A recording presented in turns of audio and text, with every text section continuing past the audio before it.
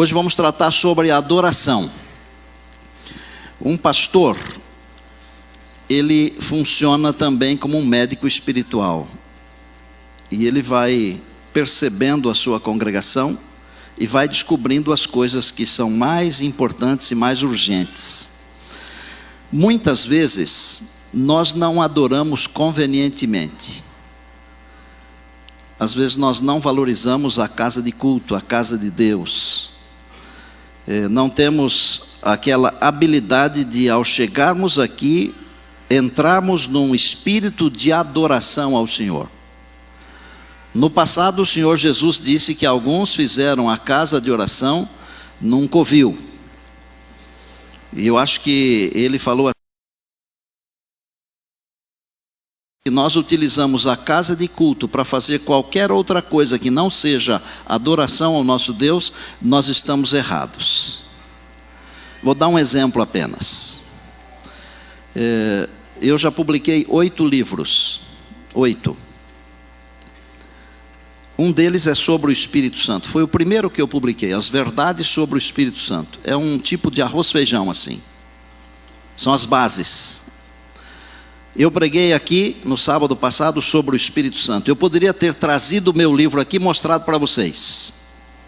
Um colega falou assim: pastor, o senhor não sabe vender as coisas, né? Por que o senhor não mostrou o livro? Eu disse: porque o púlpito não é lugar para vender livro. Nesses anos que eu estou aqui, vocês são testemunhas, eu nunca fiz propaganda de nenhum dos meus materiais aqui. Sabe por quê? Porque eu tenho consciência de que esse lugar aqui, ele é só para pregar a palavra. Não é para vender coisas, não é para promover gente, não é para promover coisas, pessoas, instituições, entidades, não. Esse lugar aqui é para adoração. Só para você ter na cabeça, antes de eu ler o texto bíblico, você trouxe a Bíblia? Deixa eu ver, mostra aí a palavra, porque aqui é pela palavra, nada mais. Espero que você tenha trazido também uma caneta para fazer as anotações. Nós vamos utilizar 2 textos, um deles será o texto base, e depois eu vou usar um outro para ilustração. Como é que funciona o serviço de adoração? No serviço de adoração, as pessoas que vêm aqui à frente, não são elas apenas os artistas. Você que está aí assentado, você também é um artista. No serviço de adoração, todos nós que estamos aqui na casa de Deus, nós somos artistas, todos nós. E só tem um que é a audiência, só tem um que é o público, é Deus. O Deus triuno, Pai, Filho e Espírito Santo. Como Deus não é egoísta, Ele compartilha o privilégio da audiência com os seus santos anjos e com os mundos não caídos. Mas todos nós aqui, nós somos os artistas da adoração para Deus. Nós não fazemos, no meu caso aqui, eu não faço para você, eu faço para Deus. Todos nós que estamos aqui, nós estamos num palco, no palco da adoração. Deus é a nossa audiência, Deus é o nosso público, é para Ele. Então não adianta eu querer agradar você ou quem vem cantar aqui, querer agradar A ou B. Tem que agradar a Deus, porque o culto é para Deus, não é para as pessoas. E às vezes nós nos sentimos no direito de ficar julgando as pessoas. Nós estamos assentados aí e achamos que como o culto é para nós, não foi bem, foi mal, não é isso, não é aquilo, isso pode, isso não pode. O culto não é para você, o culto é para Deus. Isso aqui não é um programa de auditório, onde a pessoa que sobe no palco é o artista, e todo mundo que está sentado é a audiência e que aplaude ou xinga conforme o seu interesse. Deus não é aquele que fica apenas no ponto dizendo é para fazer isso ou fazer aquilo. Isso é programa de auditório, aqui é serviço de adoração. Quer ver? Pegue a Bíblia. Isaías capítulo 6. É a palavra de Deus. Se a palavra de Deus não puder mais falar, é melhor que ninguém fale mais. É a palavra de Deus. Isaías capítulo 6. Eu vou esperar esse farfalhar das páginas, porque é bom que nós encontremos o texto. Se você quiser usar a Bíblia eletrônica também pode. Você que está em casa também pode usar uma Bíblia, acesse aí. Bíblia online ou qualquer coisa. Se você tiver uma de papel também, faça anotações. Isaías capítulo 6 é um texto assim que explica claramente o que é a verdadeira adoração. Vou ler apenas 8 versos. Me acompanhem, por favor. No ano da morte do rei Uzias, por volta do ano 740 a.C., portanto no 8º século a.C., da metade para o final do 8º século. No ano da morte do rei Uzias, eu vi o Senhor. Ele estava sentado sobre um alto e sublime trono, e as abas de suas vestes enchiam o templo. Serafins estavam por cima dele, cada um tinha 6 asas, com 2 cobria o rosto, com 2 cobria os pés e com 2 voava. E clamavam uns aos outros, dizendo: Santo, Santo, Santo é o Senhor nosso Deus, o Senhor dos exércitos. Toda a terra está cheia da sua glória. 3 vezes santo, amém? As bases do limiar se moveram à voz do que clamava, e a casa se encheu de fumaça. Então eu disse: ai de mim, estou perdido, porque sou homem de lábios impuros, habito no meio de um povo de impuros lábios, e os meus olhos viram o Rei, o Senhor dos exércitos. Mas um anjo, um dos serafins, voou para junto de mim, trazendo na mão uma brasa viva que tirara do altar. E tirara com uma tenaz, e com a brasa tocou a minha boca e disse: eis que ela tocou os teus lábios. A tua iniquidade foi tirada e perdoado o teu pecado. 8. Depois disto, ouvi a voz do Senhor que dizia: a quem enviarei e quem há de ir por nós? E eu disse: eis-me aqui, envia-me a mim. Amém? Isso é adoração. Na verdadeira adoração, o senso da presença de Deus. Guarda o teu pé quando entrares na casa do Senhor. O senso da presença de Deus. Chegue antes, tenha tempo, adore a Deus, medite. Isso faz bem para a nossa vida, para o nosso bem total, para a nossa alma, o ser como um todo. O senso da presença de Deus. E eu vou afirmar e você vai dizer amém com alegria: Deus está aqui. Amém. Por isso nós cantamos: eu te amo, ó Deus. O hino foi escolhido a dedo, viu? Eu te amo, ó Deus, ergo meu louvor. Minha alma vem te adorar, Senhor. Amém? Deus está aqui. Quando Deus está aqui e nós sentimos a presença desse Deus, nós reconhecemos a nossa indignidade. Ai de mim, coitado de mim. Enquanto eu estiver pensando ai de mim, eu não terei tempo de pensar no outro. Quando eu me comparo com Deus, a minha palavra é ai de mim. Mas quando eu me comparo com os outros, pode ser que eu me ache um pouquinho melhor do que os outros. É preciso muito cuidado quando se fala em termos de comparação. Compare-se com Deus, e então você vai dizer: ai de mim. E se você estiver no templo de Deus e sentir a presença de Deus, e você se reconhecer pecador, Deus vai mandar um anjo tocar os seus lábios com a brasa viva do altar. Aí alguém diz assim: o sermão não fez nada em mim. Claro que não fez nada em você. Você não se abriu para ouvir a voz de Deus. Você não se abriu para sentir Deus. Você não se abriu para reconhecer a sua pequenez e para então reconhecer a graça de Deus. Porque quando eu vejo Deus no templo, eu reconheço a minha indignidade. Deus toma as providências de me tocar. Amém? E quando Ele me toca, Ele me perdoa, Ele me cura, Ele me sara, Ele me joga para cima, Ele me dá autoestima, Ele faz tudo o que eu preciso. Louvado seja o nome de Deus. Aí Deus pergunta: quem é que vai? Depois de reconhecer a presença de Deus, de sentir a sua indignidade, de ser tocado pela graça de Deus, então você é capaz de responder: eis-me aqui, envia-me a mim. Só aí e nada mais. Serafins, a única vez em toda a Bíblia que eles aparecem, eles não estão em outro lugar. Dá a impressão que eles são os anjos encarregados do serviço de adoração. E quando nós dizemos que Deus está aqui, nós temos que entender que Deus está aqui com os seus santos anjos, para abençoar o seu povo, para trazer uma influência positiva para o seu povo, para atender o aflito de coração, para receber as honrarias daquele que está com o coração feliz. Amados, às vezes nós entramos numa igreja por aí, tem um tema lá assim, escrito na parede: Deus está em seu santo templo, cale-se diante dele toda a terra. Aquele texto não foi escrito para isso, mas às vezes ele é usado para isso. Nós deveríamos aprender a ficar quietos na presença de Deus. Interessante que às vezes nós não valorizamos essas coisas, mas quando nós vamos num evento grandioso, nós ficamos todo tomados daquele movimento do evento grandioso. Mas e quando estamos na presença do Rei dos Reis e do Senhor dos Senhores, não ficamos tomados desse movimento?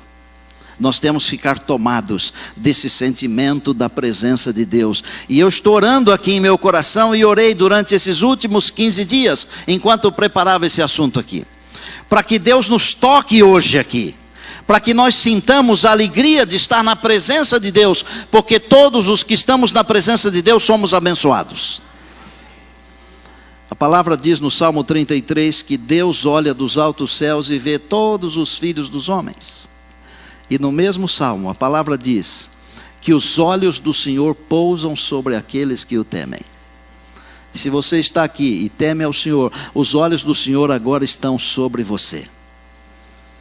Os olhos do Senhor estão sobre você. Quando nós entendemos que na presença do Senhor deve haver reverência plena, nós começamos a entender o culto. O que significa a reverência plena? Primeiro, é saber que nós estamos na presença do Rei dos Reis. Evitar todo e qualquer movimento desnecessário, porque eu posso atrapalhar. Nós não temos como evitar que uma criança emita um som de choro ou de riso. Não temos como evitar. Mas nós podemos evitar que pessoas que tenham um pouco mais de anos de vida fiquem transitando ou conversando. Porque pode ser que eu não me sinta mal com alguém conversando do meu lado, mas tenha um adorador do meu lado que se sinta mal. E mesmo que a pessoa não se sinta mal, teria que haver assim uma coerência da minha parte, um respeito. Eu vou falar educação, né? Tem que falar o português bem claro, né? Então, teria que haver educação da minha parte para não atrapalhar o outro adorador.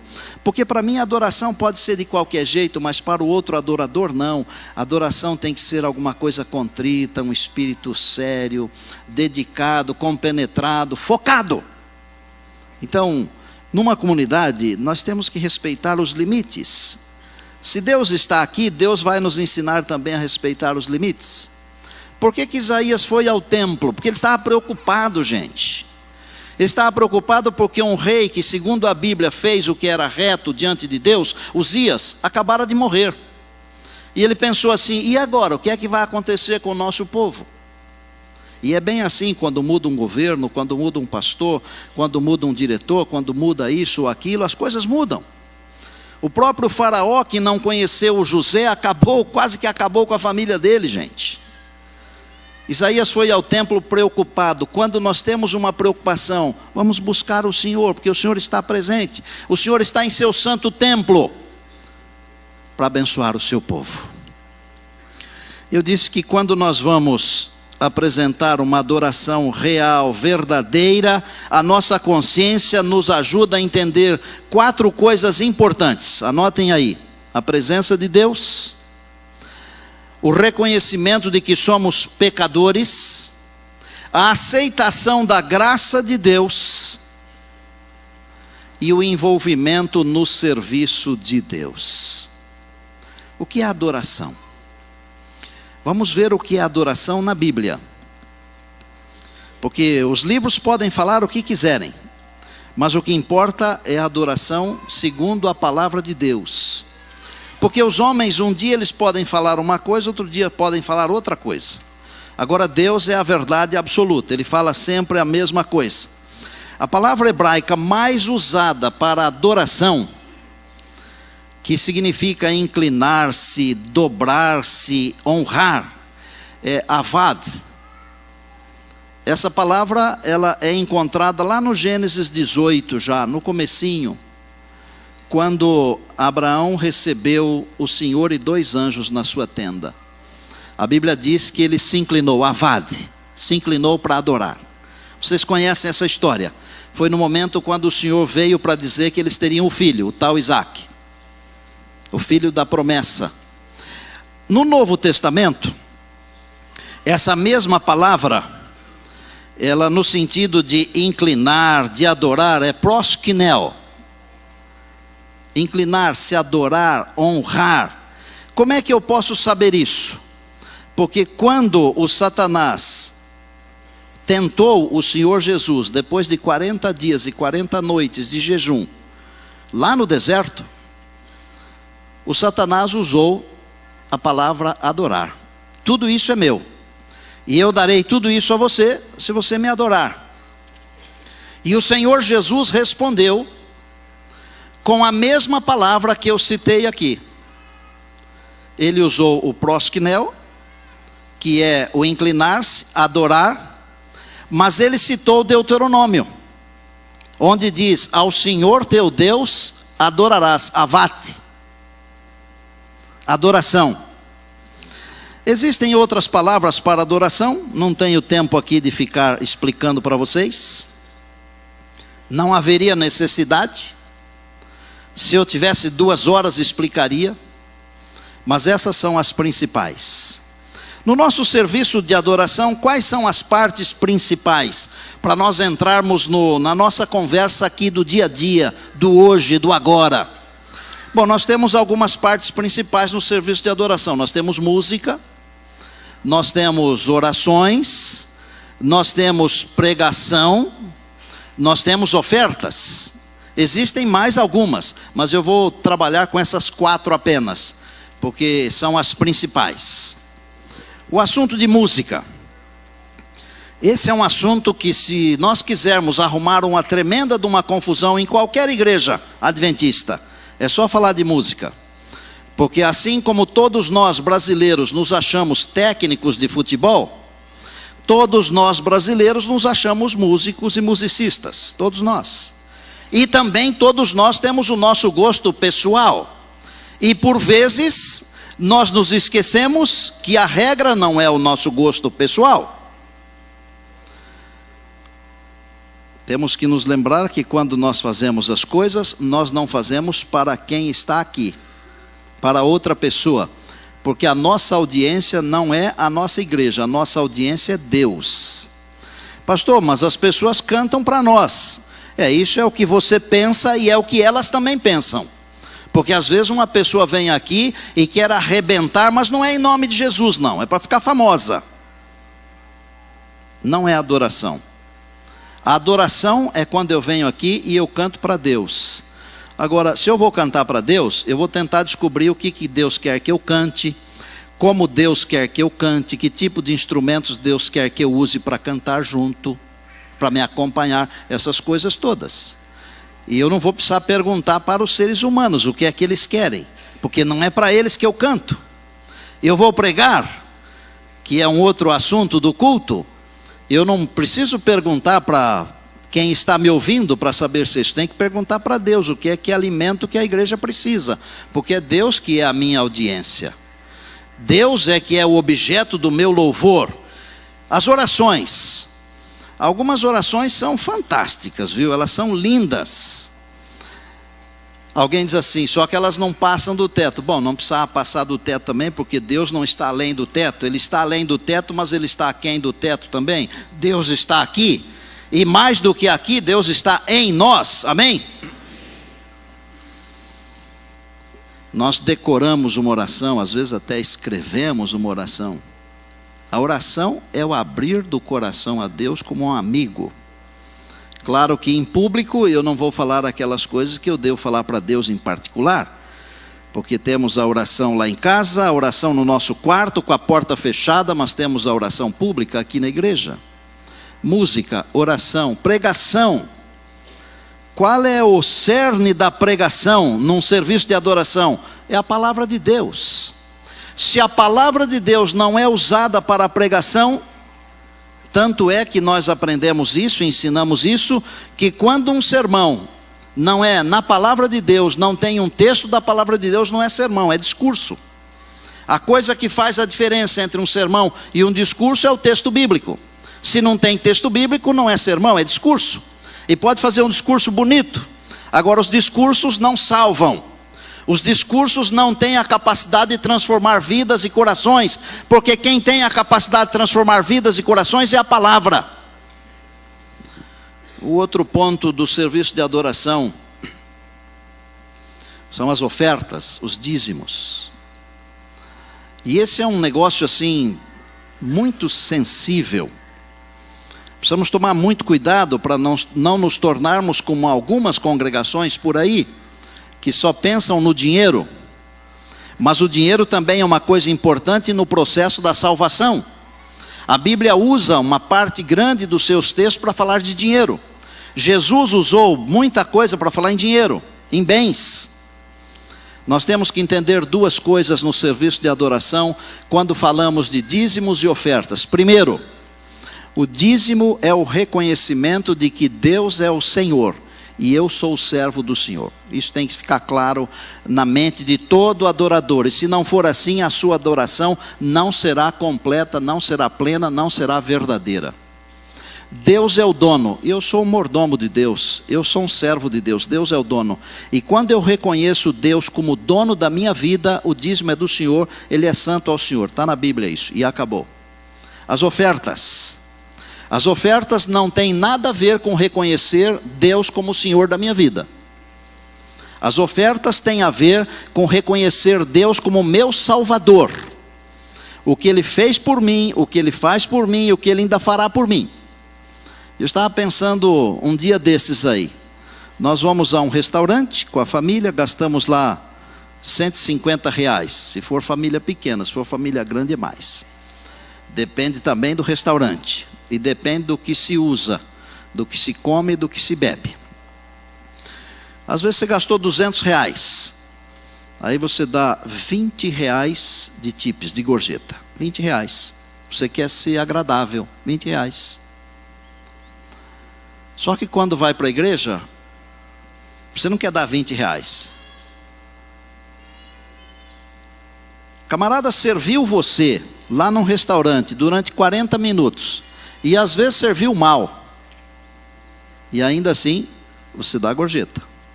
Agora, Deus cuida de você o tempo todo. Deus salva você. Qual é a sua gratidão? Eu não estou pedindo dinheiro aqui na igreja, tá? E vocês nem estão sabendo. Nós temos que com urgência reformar aquela ala norte lá, ó, da entrada. A acessibilidade não está correta lá. Vai ter que fazer tudo de novo. Daqui a pouquinho eu vou ter que pedir para vocês me ajudarem a fazer aquilo lá. Eu vou pedir um dia desse aí. Mas agora não é a hora. Estou dizendo que a verdadeira adoração é reconhecer que Deus é o Senhor da minha vida. E reconhecer que Ele é o meu Salvador, o meu sustentador, o que cuida de mim. Não fosse Ele, eu não teria nada. 4 coisas: as músicas, as orações, a pregação, os dízimos e as ofertas. Todo ser que respira, louve ao Senhor, diz o Salmo 150. Nós deveríamos ser sensíveis para entender o que Deus pede de nós, irmãos. E não para fazermos o que nós queremos. Ah, mas Deus aceita. Deus não aceita. Olha, se você tem a capacidade de fazer com 80% de beleza, e você faz com 70%, Deus não aceita. Não sei se você está entendendo o que eu estou falando. Se você tem a capacidade de fazer com 90% de perfeição, um trabalho para Deus, Deus não vai aceitar um trabalho relapso que tenha só 70% de perfeição. Não vai aceitar. Deus é muito específico nas coisas. A oferta de Caim foi uma oferta espetacular, gente. Pensem aqui comigo. Alguns frutos hoje, algumas frutas hoje são deliciosos ainda, são deliciosas, não é verdade? Agora imaginem lá no paraíso, já que saíram do jardim, a terra não estava ainda toda contaminada como está hoje. As frutas deveriam ser tremendamente saborosas. Dá até água na boca aqui de pensar. Eu vou levar para Deus essas frutas aqui, ó. Não sei que fruta era, né? Aí o povo começa a inventar os nomes, né? Mas deveria ser uma cesta linda. Deus não aceitou. Por que Deus não aceitou? Foi Ele que criou as frutas. Deus não aceitou porque Ele não pediu fruta. Ele pediu outra coisa. Foi um animal. Abel levou o animal, Deus aceitou. Se houver sensibilidade na nossa mente e no nosso coração, nós vamos entender o que é que Deus pede de nós. O que é que o Senhor pede de ti, diz a palavra. Deus pede que amemos a misericórdia, e aí fala umas coisas bonitas, né? Adoração verdadeira, adoração fiel. O segundo texto que eu falei que ia mencionar está em João no capítulo 4, rapidinho.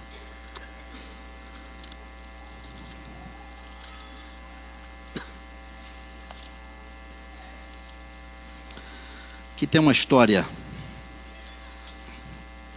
impressionante esta. Tão impressionante como a de Isaías indo ao templo. As histórias impressionantes, elas podem acontecer com pessoas que fazem parte do povo de Deus, e elas podem acontecer com pessoas que não fazem parte do povo de Deus. Porque no fundo, todo mundo foi feito por Deus.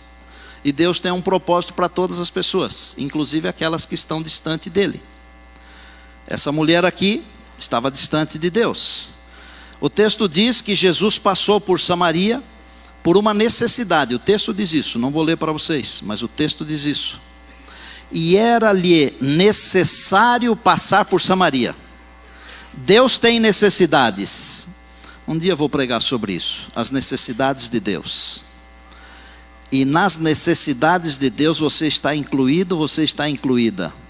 Você que nos acompanha pela internet está incluído, está incluída. As necessidades de Deus. Era uma mulher que precisava ouvir a salvação dos lábios do Salvador. E no momento da conversa, depois de tratar de vários temas, ela puxou um tema. Engraçado que às vezes eu olho para aquela mulher lá, e eu vejo assim algumas pessoas do século 21. Porque algumas pessoas com as quais você convive, em algum momento elas vão puxar aquele tema para conversar. Não é? São apaixonadas por algumas coisas. E às vezes são apaixonadas pelas coisas erradas. Isso é que é pior. E a mulher então puxou o tema. Senhor, vocês falam que é para adorar em Jerusalém. Mas nós somos aqui do Reino do Norte. Aqui também tem um lugar para adorar. Os nossos pais falam que devemos adorar aqui. E daí? Como é que funciona? Adoração não tem muito a ver com o lugar. Adoração não tem muito a ver com a posição. Como orar, por exemplo. Eu me lembro de ter pastoreado uma igreja onde o pastor que passou antes de mim, ele quase entrou numa briga, porque os irmãos queriam fazer a oração do culto, a oração final do culto de joelhos. Alguns irmãos achavam que só pode orar de joelhos, e que a única oração que tem valor é a de joelhos.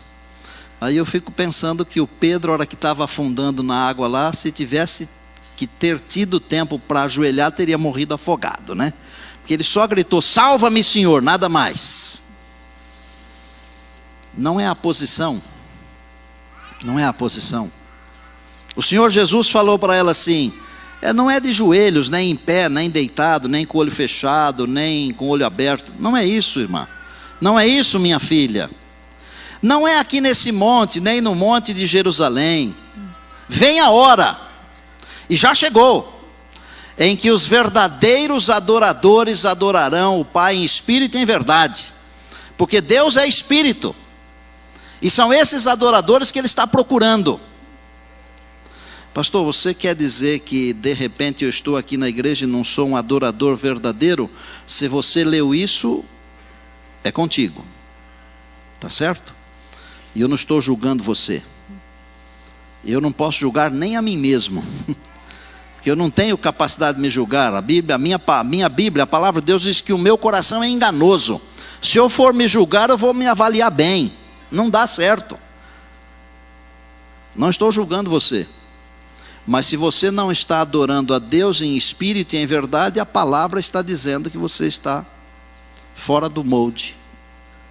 Não é esse o espírito, não é esse o jeito.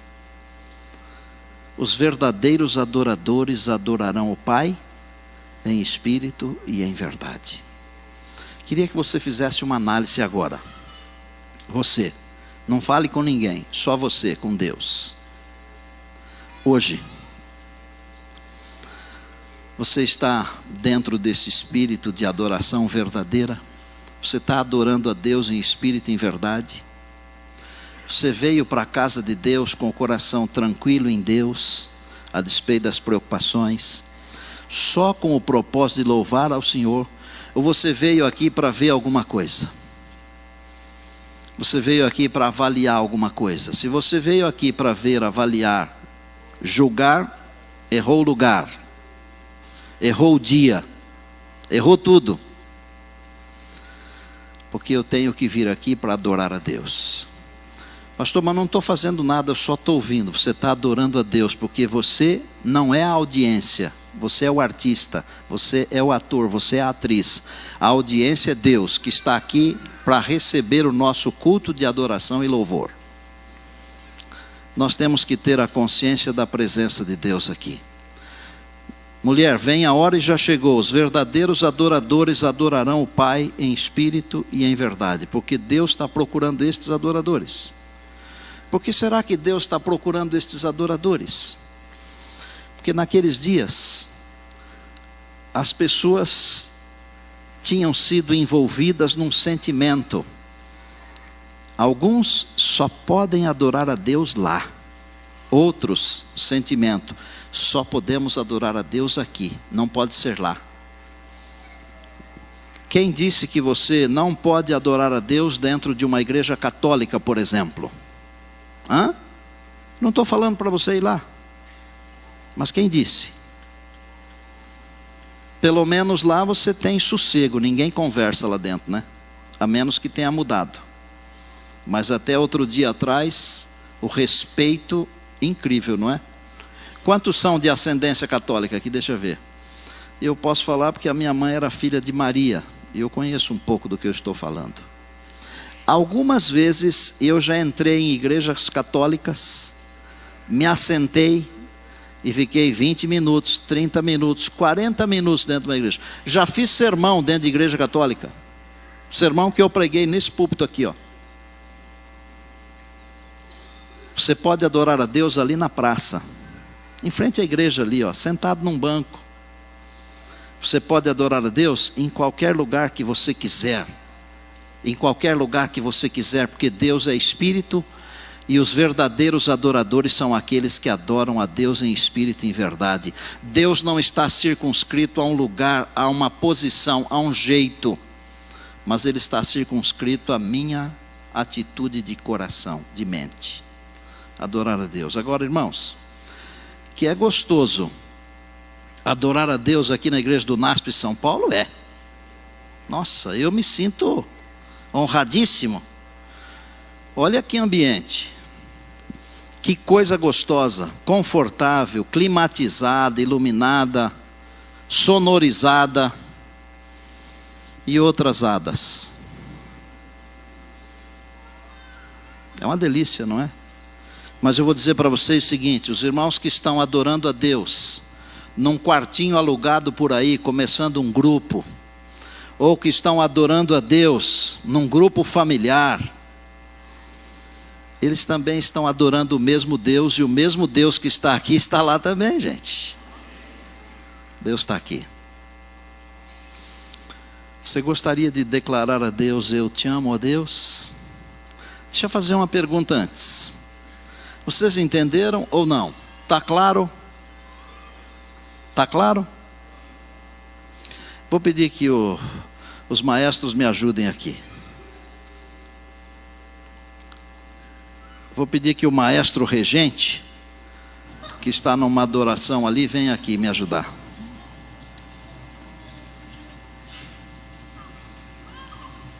Dá esse microfone aqui para ele. Nós vamos cantar Eu Te Amo, Deus. Cantar assim, com a congregação assentada uma vez. Depois talvez cantemos uma segunda vez. Você se levanta, enquanto estiver cantando na segunda vez, fale com Deus. Se sinta à vontade aqui na presença do Senhor, cante. Eu te amo, ó Deus,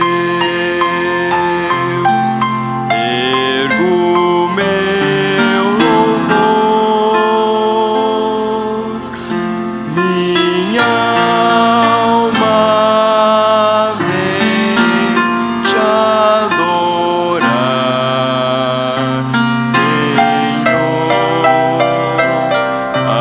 aceita, pois, este meu louvor, como gratidão por teu grande amor. Fique em pé. Eu te amo, ó Deus, ergo meu louvor, minha alma vem te adorar, Senhor, aceita, pois, este meu louvor, como gratidão por teu grande amor.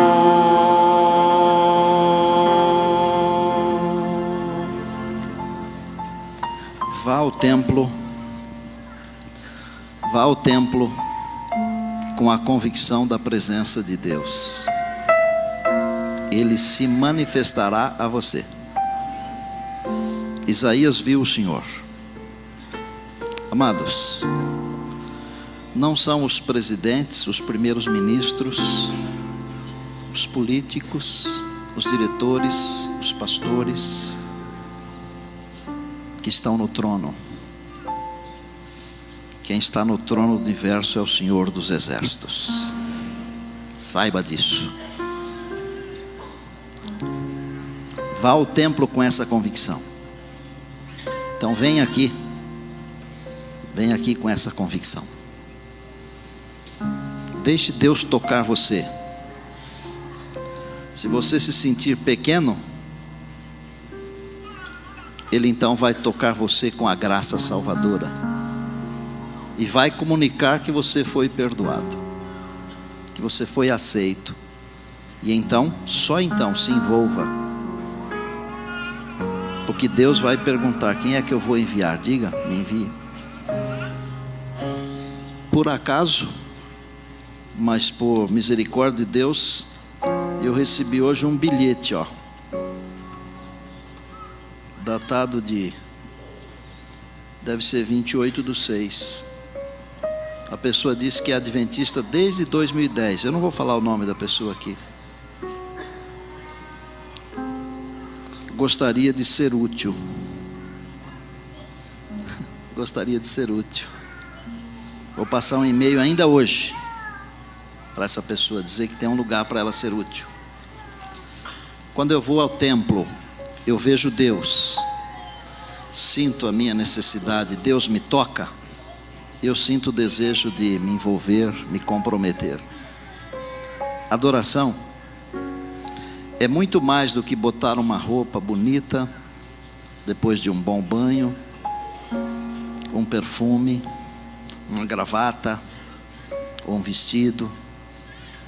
e vir aqui à igreja. Adoração é mais do que isso. Porque você pode não ter uma gravata bonita, pode não ter um vestido bonito, pode não ter um sapato novo, que aliás os sapatos novos são ruins para serem usados em algumas ocasiões. Eles atrapalham o pé da gente, não é? Deus não está olhando para o seu sapato, para a sua gravata, para o seu terno e para o seu vestido. Ele está olhando para o seu coração.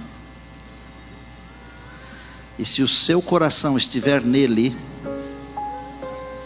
Ele falará com você. E você sairá do templo transformado como Isaías saiu e se tornou o grande profeta que se tornou. E você sabe disso. Um homem de Deus. Deus quer me transformar num homem de Deus. Deus quer transformar você num homem de Deus, numa mulher de Deus. As outras coisas não importam. Adore a Deus verdadeiramente, por favor. Vai fazer bem para você, vai fazer bem para a sua salvação. Feche os olhos. Senhor, obrigado pela tua presença aqui. E no nosso coração já entendemos da tua aceitação deste culto, deste serviço de adoração. Abençoa o teu povo. Senhor, ensina-nos como devemos portar-nos na tua casa de oração. Como devemos portar-nos na nossa vida, no dia a dia. Porque a nossa vida, no dia a dia, também pode ser um serviço de adoração. Um preito de gratidão ao nome do Senhor Jesus. Pai, nós não queremos oferecer apenas os nossos dízimos, as ofertas. Queremos oferecer o nosso coração e com ele tudo o que nós somos e tudo o que nós temos. Colocamos a nossa vida agora no teu altar. Que nós sejamos queimados para o Senhor, para a glória do Senhor e como uma influência para a salvação de outras pessoas. Obrigado, meu Deus, pela tua presença aqui. Louvado seja o teu nome. Oramos em Cristo. Amém, amém e amém.